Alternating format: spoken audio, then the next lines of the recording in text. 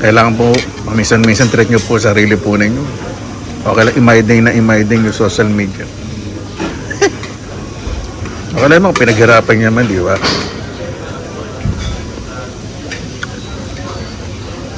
Top. Buffet po ito. Sabi dito, paborito ko po dito. Korean ano po ito, buffet.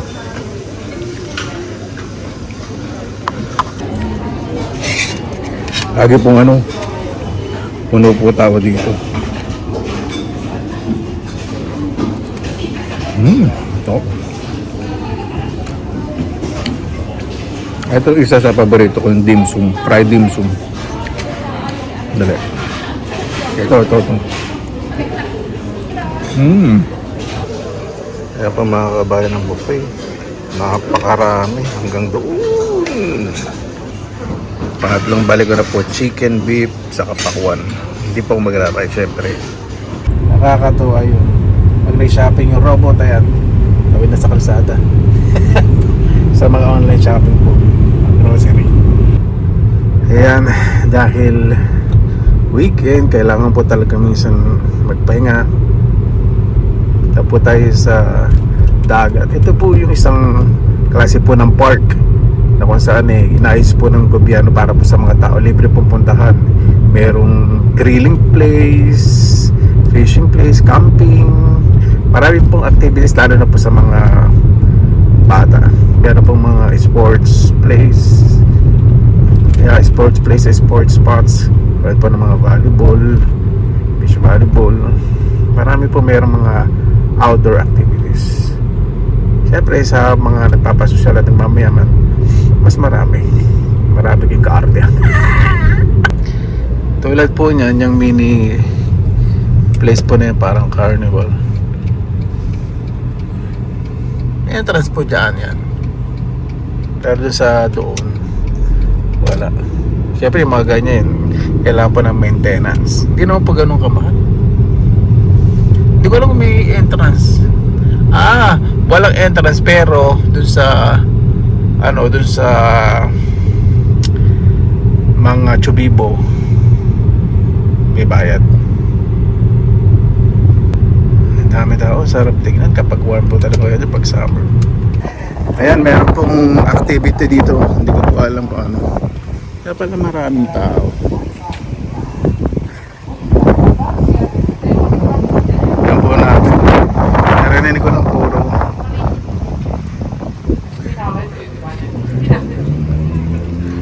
nagsasalita. Parang mga charade game, parang sa mga group, sa group.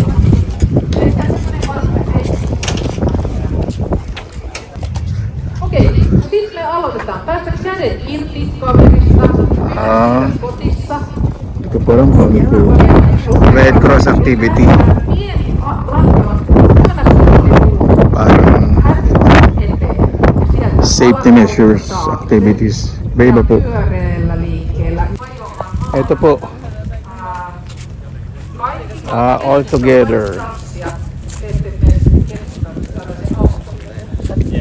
Meron po silang mga 1,000 people moves. Tapos Mary Ocean, parang ganyan. Para appreciate po yung beauty of nature. Yan, 360 degrees po natin. Kaya na pong bahala. Ay, makita ko yung maganda sa paningin ninyo.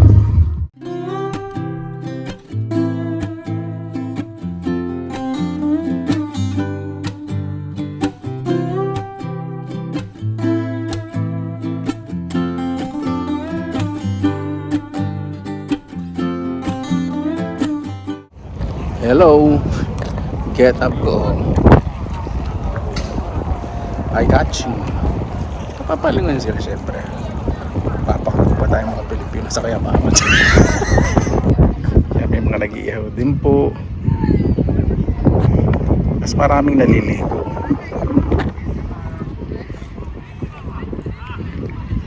Libre po dito, imagine po ninyo.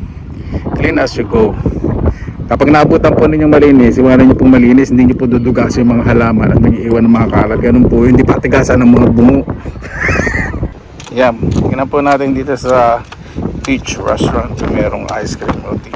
Kasi doon po sa kiosk, haba po ng pila. Kaya kailangan po bilisan ko pagsasalita ko dahil may music po dito. Ang ice cream po dito medyo mahal at makiyamanin po ang lugar. Pero tingnan po natin, syempre magmamayaman po tayo paminsan-minsan.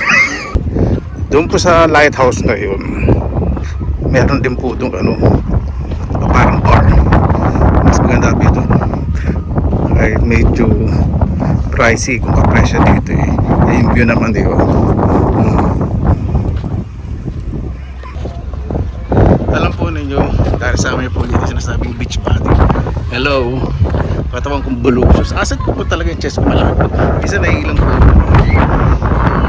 Dito to po kahit medyo lumwente po. Chest ko round.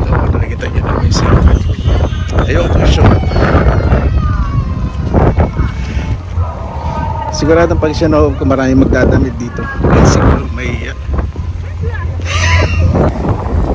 napakagaling po talaga ng Finland pagdating po sa mga theme parks or mga ganito po yung mga place na pwede silang unwind, relax, talagang malinis, organized, tapos pinapalo po talaga nila yung certain rule sa mga place, hindi po nila dinidisregard. Sa school po kasi sa mga best po talaga hindi ba theoretical kasi yung application actually ginagawa mo. Ayan lahat po din makikita nyo po yung isutan na pakalinis, napakaganda pinapalit sa tapos yun po dyan pa tayo, meron po ditong mini bar mag ice cream at saka nag-fishing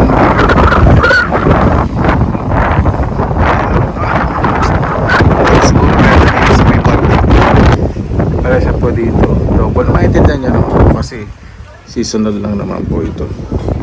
So hindi naman po tayo everyday magbibili dito eh. Isang beses lang tuwing summer. Yan, napakaganda po.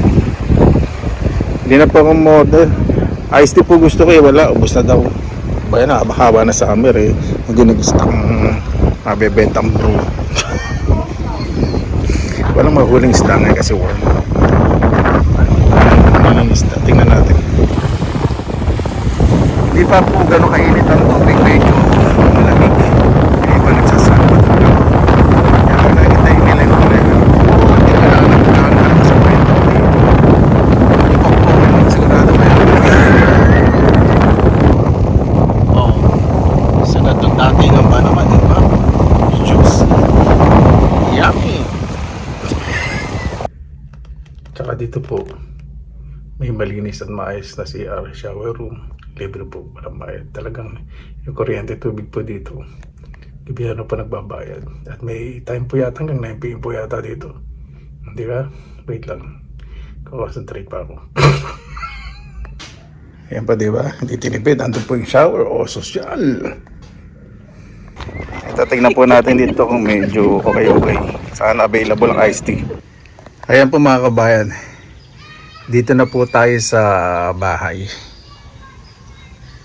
May binili po akong dalawang coriander. Tinanim ko po. Dami ng bata doon sa playground. Doon po yung playground doon. Nakakatawa.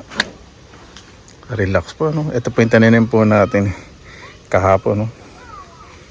Arawan, mas gumanda. Imagine po ninyo, 2 euro lang each. Ngayon po, nagbibenta na po yan ng ano. Kasi ibang shops, mahal po pala, more than 10 euro. O, jackpot po tayo, di ba? Ay, nakaka-relax talaga.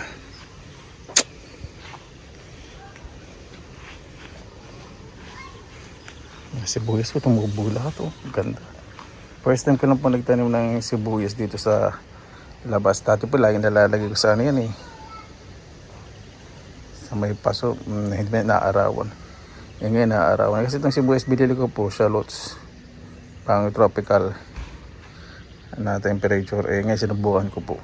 Pero yung po natin, yung pinong muna sibuyas, yung mga binili po natin mga naputol. Yan po, Laguna, di ba? mga pipino, nabuto, tumutubo na. Dito po tumubo yung zucchini, yung lettuce, yung mga old seeds tumubo. Dadagdagan ko po yan. Tapos yung mga bichuelas po natin yan, saka yung mga bulaklak, red radish tumubo na po. Yan o, bichuelas, pipino. Tapos may peas, may lettuce po dun sa ibabaw. Ayun, ito nga po pa rin sa tinanim po natin sa pagitan po ng mga bulak. Nilagyan po yung coriander dun. Sa coriander, ito maganda po. Sa hapon po maaraw dito, so okay lang. Sa mga maganda rin po maglagay kayo ng mga herbs sa taniman po ninyo ano din po yung insekto. Pero yung nakakain nyo naman, hindi yung puro pampa-design lang, di ba? Okay. Tapos yung tinanim po natin peche bag, yun po. O, di ba? Papakita ang gilas na. Ay, dito po pala may mga sitsaro. Tapos dito sa likod ko, sensya na po sa movement ng camera. Yung pala yung mga sitsaro. Tubo na, tapos itong mga flowers na vines. Pag tumubo, kakapal dito. Edible po yun. Karami po sa tinanim ko dito, 90% nalala mo. Ito bush bush beans o bichuelas na hindi gumagapang. Kasi ito alternate sitsaro, tapos lettuce. Yung lettuce pag tumaasa, dagdagan ko po lupa sa gilid sa kapataba para mas maganda po yung growth o yung paglaki. May nakita na rin po kung sa mga post ng mga mushroom. May tumutubo na pong mushroom sa south ng mga penniban at morel mushroom. Dati tinanong ko yung morel, pero dito tignan po natin ang sunod na araw. Pa sa autumn, hindi ko po alam. Wala pa po kung balita dito sa north. Sa south po marami. Yan po mga kabayan, di ba? Nakarelax. Ito po yung araw ko kapag nagpapahinga po ako. Isang araw na kalayaan po talaga. Opo, first time po nangyari po yun. Kasi pag nagre-rest po ako, hindi po buong araw talaga. Kasi minsan may call. Ito po yung isa sa pinaka-the best na buong araw nakapagpahinga po ang aking magandang hubog na katawan at malinis na konsensya at kaluluwa. Kaya nagkaroon po ng time dito sa aking munting hardin. First time na isang araw na buong kalayaan. Di ba? Yan po ginagawa ko, papasyal. Tawagin ko po yung may mga kasama po kanina. Ayaw po talaga nila sa camera. Gusto ko silang pagkakitaan para makita nyo. Kasi pag pinakita niya o sila, hindi nyo na ako pansinin. Mag-subscribe na kayo sa kanila. Hindi, wala naman buti nila, wala silang mga YouTube channel. Hindi nyo nakapapasin pag nakita po sila. Makaratistahin po nako. 6 to 7 footer po mga height po nun. Pahiyaman. Madaling mautuin. Yung buffet po kanina sila nagbayad po nun. Tapos sa restaurant, sila rin po lahat yun. Natanong nila kailan day off eh. Kasi masaya po sila. Pag nakikita po nila, natutuwa po sila. Kasi gusto nila, meron po silang pet. Natutuwa po sila. Ako po kasi nagbabalanse ng sitwasyon. Masyado po kasi silang tahimik. Yung po mga kabayan, ang dami pong mga tao na-enjoy yung weather. Basta, magkaroon po tayong oras sarili po natin kahit gano'n tayong kabisi. Ang kalusugan ay kayamanan. Siyempre, sa mga magulang po na talagang tinataguyod po ang mga anak na binubuhos po lahat, magbigay din po kayo ng konting oras po sa inyo sarili, kahit ilang minuto o ilang oras. Kailangan po ninyo rin ng pahinga. Maraming salamat na po sa inyong oras nila sa Pinilangan Lakbay. Basta lagi po tayong positive vibes, good vibes. God bless, at palagi magandang araw. Laban lang!